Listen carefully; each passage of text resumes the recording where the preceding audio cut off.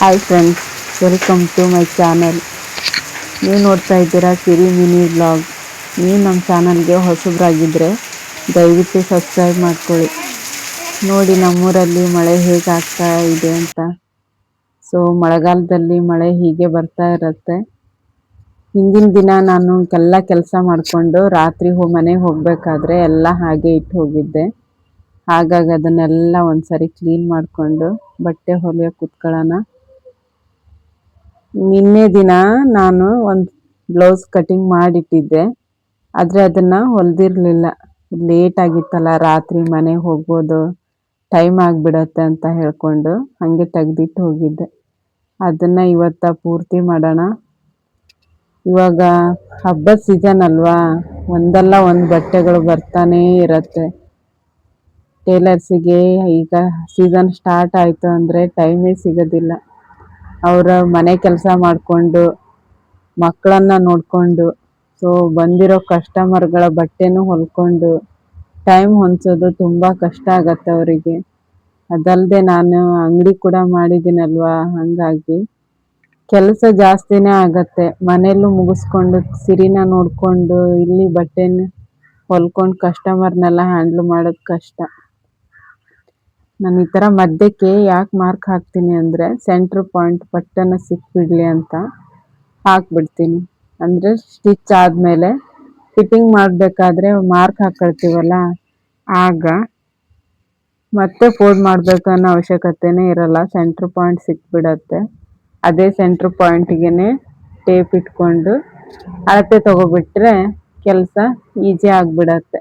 So ನಾವು Tux ಹಾಕಬೇಕಾದ್ರೆ ಕೆಲಸ ಜಾಸ್ತಿ ಆಗೋದೇ ಇಲ್ಲ, ಅಲ್ಲಿ ನಾವು ಟೈಮ್ನ ಉಳಿಸ್ಕೊಳ್ಬೋದು.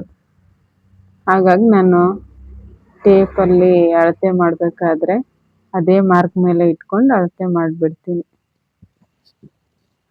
ಸೊ ಫ್ರಂಟ್ ಪಾರ್ಟ್ ಆದ್ರೂ ಹಾಗೆ ಮಾಡ್ತೀನಿ ನಾನು. ಮಧ್ಯನ ಕಟ್ ಮಾಡ್ಕೊಳ್ಳೋದಿಲ್ಲ, ಅದರಲ್ಲೇ ಆ ಮಧ್ಯ ಭಾಗದಲ್ಲೇ ಮಾರ್ಕ್ ಮಾಡಿ ಆ ನಂತರ ಅದನ್ನು ಕೂಡಿಸ್ಕೊಳ್ತೀನಿ. ಆಮೇಲೆ ಬೇಕಾದರೆ ಅದನ್ನು ಕಟ್ ಮಾಡಿ ತೆಗಿತೀನಿ. ಆಗ ಬ್ಯಾಕ್ ಪಾರ್ಟ್ ಬೇರೆ ಫ್ರಂಟ್ ಪಾರ್ಟ್ ಬೇರೆ ಆಗಿಬಿಡತ್ತೆ. ಅದಲ್ಲದೆ ನಾನು ಟಕ್ಸು ಕೂಡ ಮಾರ್ಕ್ ಹಾಕೊಳ್ಳೋದಿಲ್ಲ.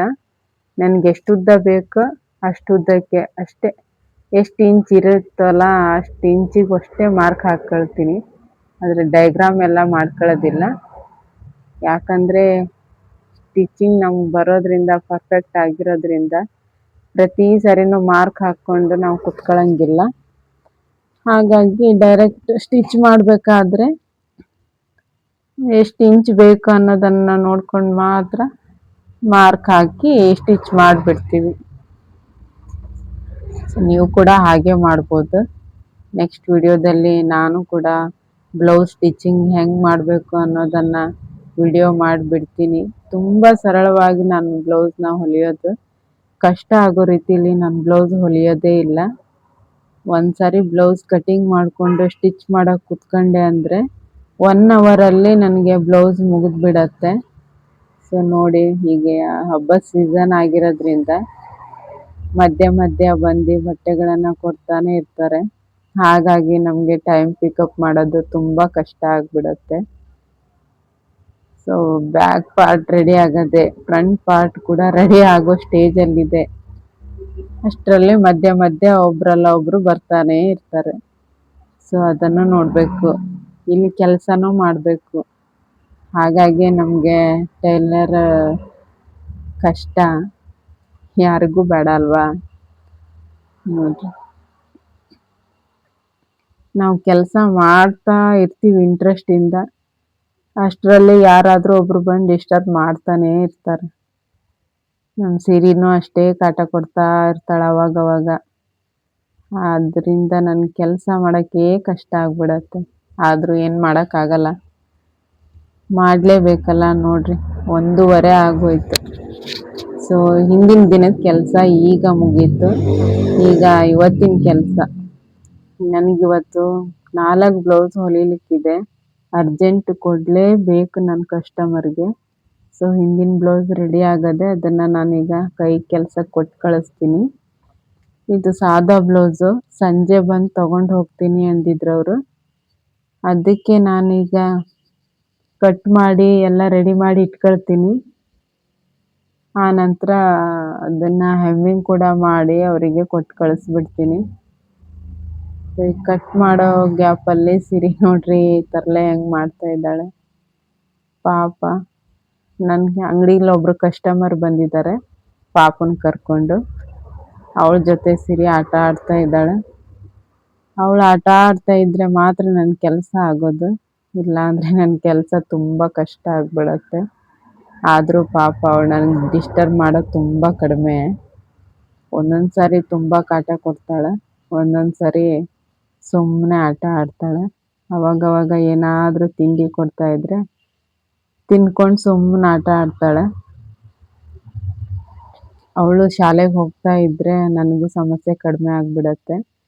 ಆಗ ಅಂಗಡಿನ ನಿಭಾಯಿಸೋದು ತುಂಬ ಸುಲಭ ಆಗಿಬಿಡತ್ತೆ. ಅವಳು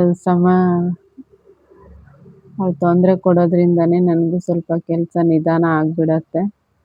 ಆದರೆ ಕಸ್ಟಮರ್ನ ಬಿಡೋಕ್ಕಾಗೋದಿಲ್ಲ. ಅವ್ರು ಹೇಳಿರೋ ಟೈಮಿಗೆ ನಾವು ಬಟ್ಟೆ ಕೊಡಲೇಬೇಕಾಗತ್ತೆ.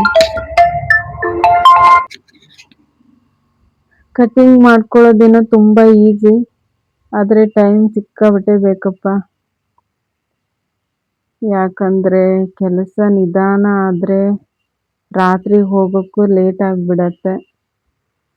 ಅದಕ್ಕೆ ಆದಷ್ಟು ಬೇಗ ಕಟಿಂಗ್ ಮಾಡಿ ಮುಗಿಸ್ಬಿಡ್ತೀನಿ, ಆಮೇಲೆ ಸ್ಟಿಚ್ ಮಾಡ್ತೀನಿ.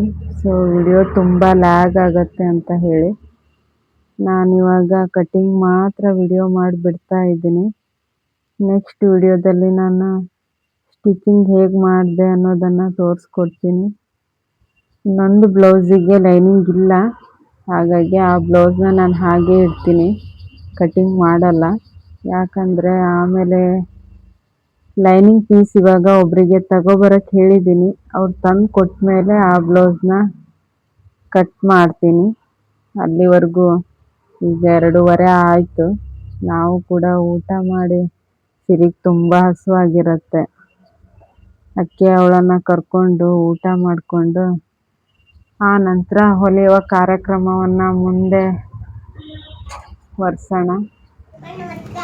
ಯಾಕಂದರೆ ಸಿರಿಗೆ ಹಸುವಾದರೆ ತಡ್ಕೊಳ್ಳೋದಿಲ್ಲ, ತುಂಬ ಕಿತಾಪತಿ ಮಾಡ್ತಾನೆ ಇರ್ತಾಳೆ. ಸೊ ನೋಡಿರಿ, ಇಲ್ಲಿವರೆಗೂ ಈ ವಿಡಿಯೋ